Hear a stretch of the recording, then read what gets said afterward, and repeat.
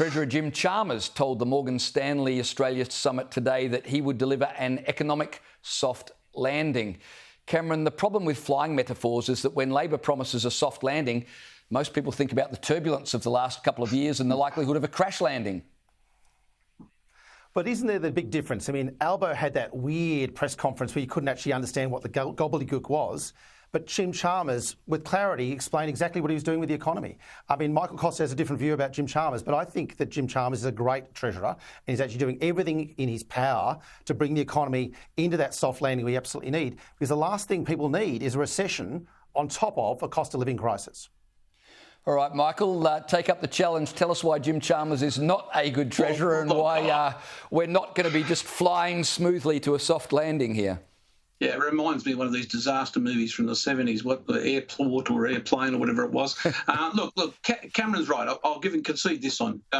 Jim Chalmers is a better a deliverer of, pre-written lines than Albanese. There's no doubt about that. He's a smoother operator, but I think he's got no idea of what he's doing. And I say that because, if you actually look at what he said last week about the budget in the face of those national accounts, he claimed that he got everything exactly right. Now, anybody that knows anything about budgeting and macroeconomics is not going to be talking with that level of precision. This is stuff that's subject to variation and it's subject to things that are outside your control.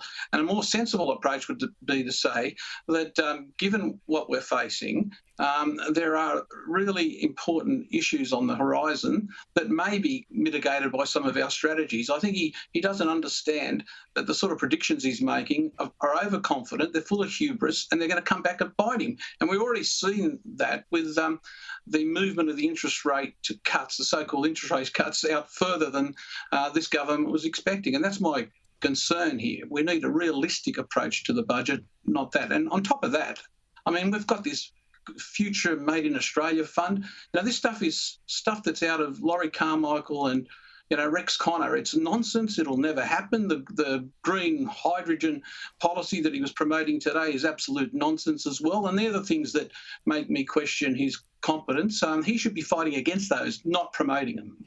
Well, the other thing, Michael, is he's giving us a big spending budget while promising to dampen inflation and bring down rates. I mean, staying with the flying metaphor, he'd want to be a stunt pilot to pull that off, wouldn't he?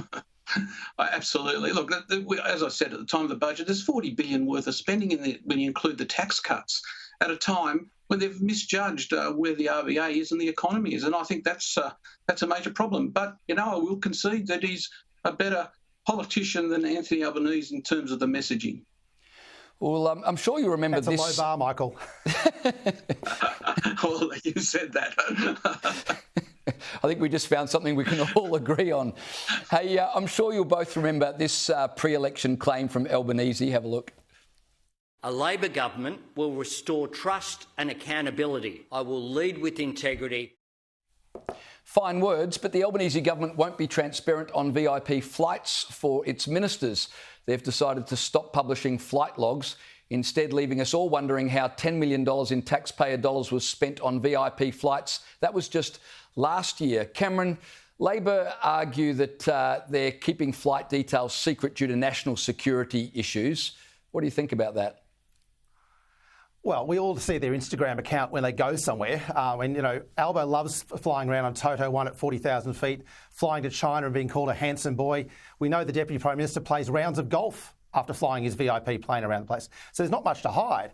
Though this is disgraceful because taxpayers' money should be transparent when it comes to travel. It is not their money, it is our money, and they should be using it wisely. And we should know how wisely they're using it by them being transparent.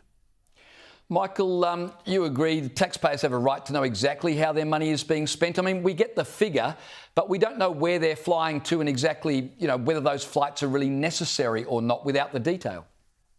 I don't think this is an argument on this. I mean, clearly the government has got this wrong, but worse, that still looks like it's got something to hide. I mean, it may well be that 90% of these flights, or maybe even 100%, are completely justified, but at the moment there's a cloud on all of them. That's how dumb this tactic of not releasing the material that's been requested is. And again, it's a case of being too clever by half.